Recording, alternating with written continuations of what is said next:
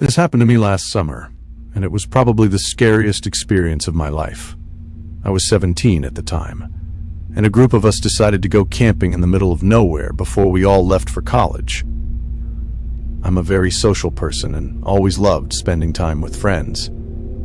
Throughout high school, our group had done plenty of crazy things together. Since we were just finishing high school and would soon be leaving for college, we wanted to do something memorable together. There were 6 of us, me and my girlfriend, Stephanie, my friend Brandon and his girlfriend, Kaylee, and Steve and his girlfriend, Sarah. We decided to spend 3 days camping. We brought 3 tents, 1 for each couple. I was a former Boy Scout, so I knew what we needed to survive for 3 days: food, water, and the other essentials. Being rebellious teenagers, we also brought plenty of booze and weed. In mid-July, we headed out. After hours of driving down back roads, we eventually found a place that looked secluded without being too sketchy. There were a few houses nearby, but none were particularly close. We weren't looking for some creepy forest straight out of a horror movie. There was no cell service, though. It took us about an hour to get everything set up. While the girls and Steve finished setting up camp, Brandon and I went looking for firewood. That's when we came across a cool-looking trail. We weren't too concerned. There were houses within a mile or so, and we assumed the trail was probably used by hunters, which was common in the area, or by animals. We had driven a Honda Pilot that belonged to Steve, and there was plenty of room for all of us and our supplies. We parked it fairly close to the campsite so we could keep an eye on it. The first night was completely uneventful. We smoked, had a few drinks, and eventually went to sleep. The next day, we decided to explore the woods a little more. Brandon and Kaylee stayed behind to watch the campsite and spend some time together, while the rest of us decided to follow the trail we'd found the day before. About 20 minutes down the trail, Steve spotted a metal fence. We walked toward it and realized there was a cemetery on the other side. The cemetery looked old, but there were signs that people still visited. There were flowers and notes left around some of the graves. Beyond the cemetery, we noticed a wider trail with tire tracks running through it. There was also a rough parking area for people visiting the cemetery. We followed the trail a little farther and spotted some deer. After that, we headed back because it was getting late. That night, we partied pretty hard. We were leaving the next day and didn't want to take a bunch of leftover beer or weed home with us. The first night had been peaceful, so we assumed this night would be the same. We were completely wrong. We had already started turning in when all of us were suddenly jolted awake by a blood-curdling scream coming from Steve and Sarah's tent. Almost immediately, we heard the fabric of their tent ripping, like someone was cutting through it with something sharp. There was shouting and movement inside. Steve later told us that he had managed to hit the guy hard with his flashlight. Somehow he and Sarah got out of the tent and made it to his car. That's when we realized the problem. Steve's tent was closest to the car, while the other 2 tents were closer to the trail. To reach Steve's car, we had to get past whoever had just attacked them. We were all still trying to understand what was happening when Steve suddenly yelled one word: "Cemetery!" That immediately clicked in my head. The trail on the other side of the cemetery was the same trail we'd found earlier. I quickly grabbed Brandon, Kaylee, and Stephanie, and we started running toward it. I turned on the flashlight on my phone so we could see where we were going. I knew the light could make us easier to spot, but the last thing I wanted was to miss the cemetery and end up lost in the woods with the guy who had attacked Steve. By the time we reached the trail, Steve and Sarah had already gotten away from the campsite. Then we heard something behind us. The guy was following us. He was still several yards away, but we could hear him coming. We kept running. Thankfully, we found the cemetery without much trouble. I climbed over the fence first, followed by Brandon, Kaylee, and Stephanie. We all hid inside the cemetery. By then, it was pitch black. I turned off my phone's flashlight, and we stayed completely silent. Then I heard the metallic rattling of the fence. Someone was climbing over it. My heart dropped. He had followed us. We stayed completely still as we heard him land on the other side.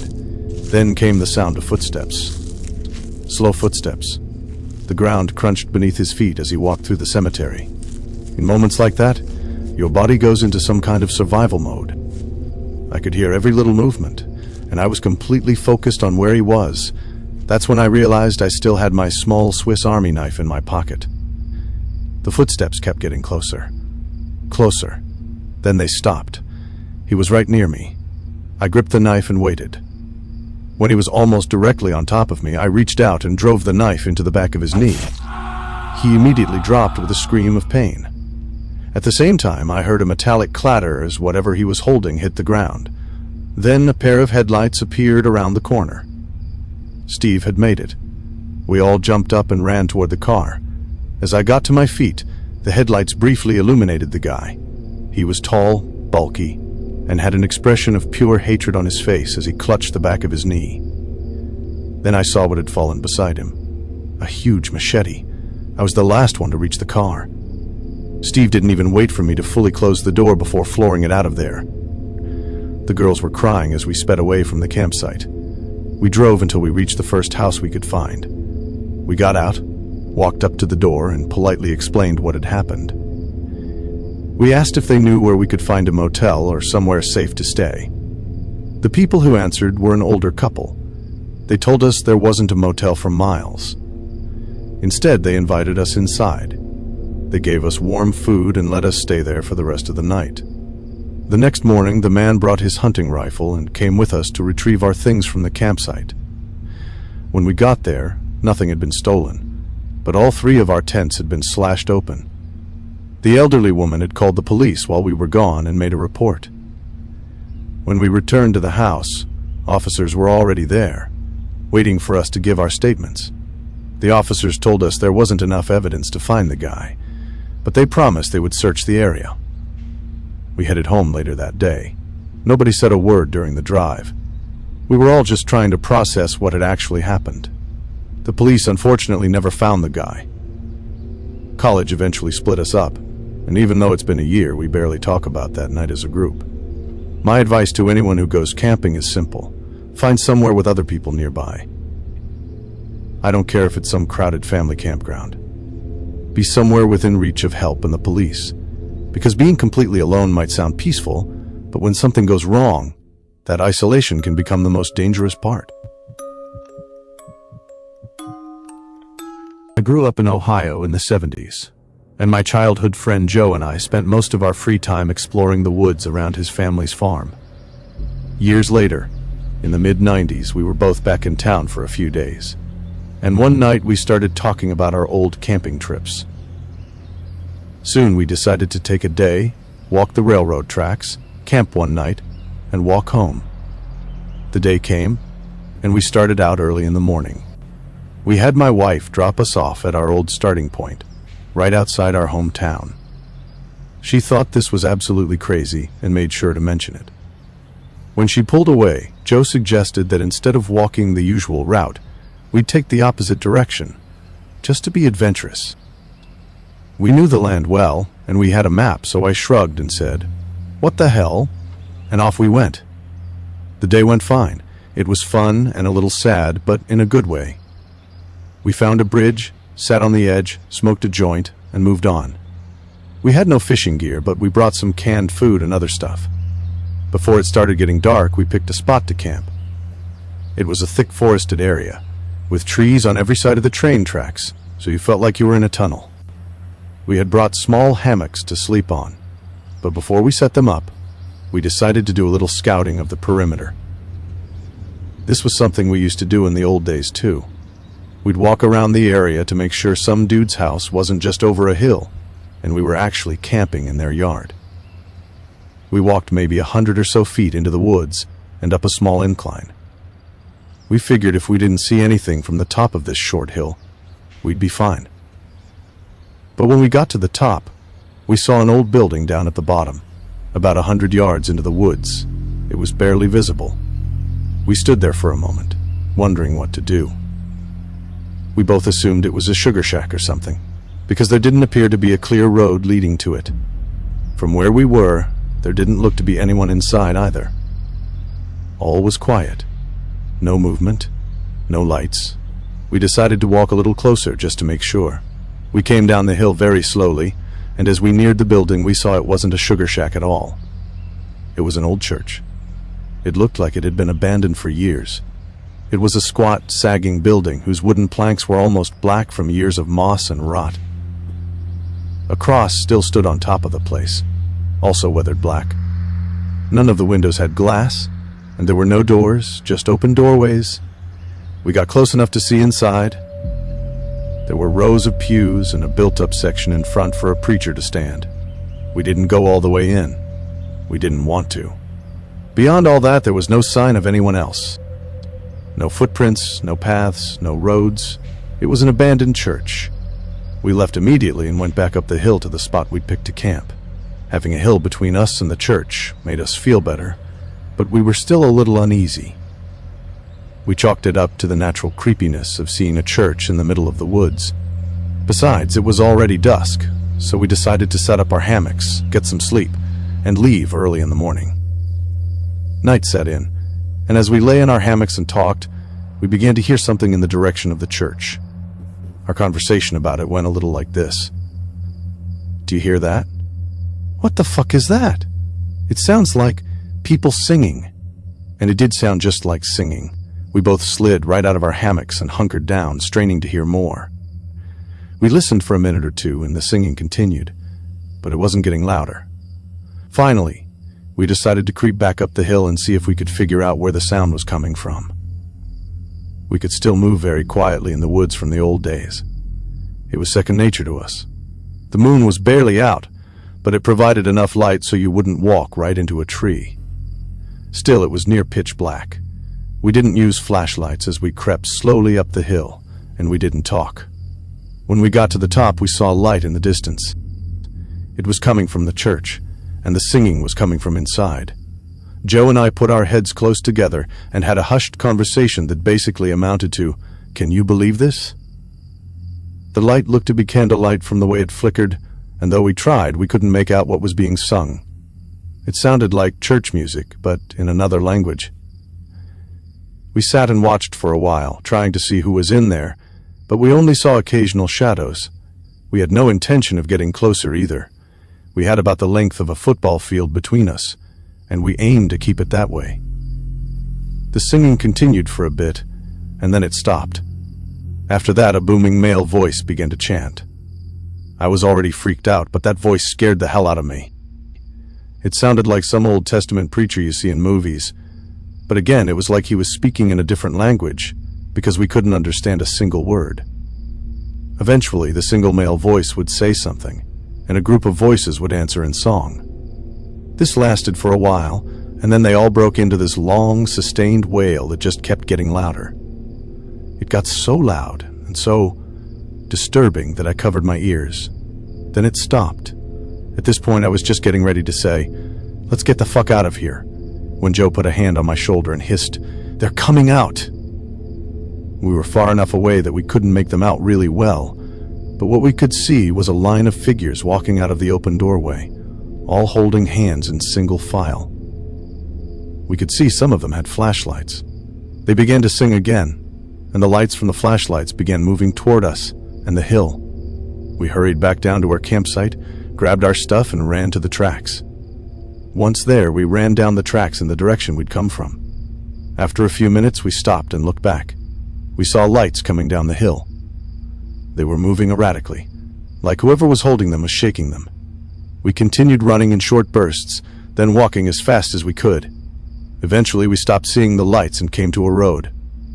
According to our map, a small town was about 15 minutes down the road. We walked there, got to a 24-hour gas station, and called my wife to come get us. My wife and other friends all just thought it was kids messing around, but I heard those voices, and they sure as hell didn't sound like kids to me. I'm still not sure who those people were, but it was definitely the creepiest thing that ever happened to me out in the woods. This happened during a solo camping trip I took in Washington, near Mount Rainier. I wanted to get away from people for a few days, so I drove deep into the forest and found a remote spot where I didn't expect to see anyone else. I parked my car, hiked my gear in, and set up my tent near a small clearing. I gathered some firewood, got a fire going, and spent the evening sitting beside it, enjoying the quiet. There were no other campsites nearby, and I couldn't see or hear anyone around me. Once it got dark, I eventually went into my tent and fell asleep. Sometime during the night, I woke up to a noise outside. I stayed still for a moment, listening. Then I slowly opened the tent. There was a man sitting beside the spot where my fire had been. He was only a few feet away from me. There was nothing particularly strange about him. He looked like a fairly normal guy. What bothered me was that he had no backpack, no camping gear, and no idea why he was sitting beside my tent in the middle of nowhere. The moment he saw me, his eyes went wide, almost like he had just seen a ghost. Then he suddenly got up and took off into the woods. I just sat there, completely confused. I didn't know what to make of it. Maybe he was drunk or high. Maybe he had somehow set up camp somewhere nearby and I just hadn't noticed him. There wasn't much I could do about it. So after a while, I convinced myself it was just some strange encounter and tried to forget about it. 2 days later, I was around 10 to 15 miles away from where I'd first seen him.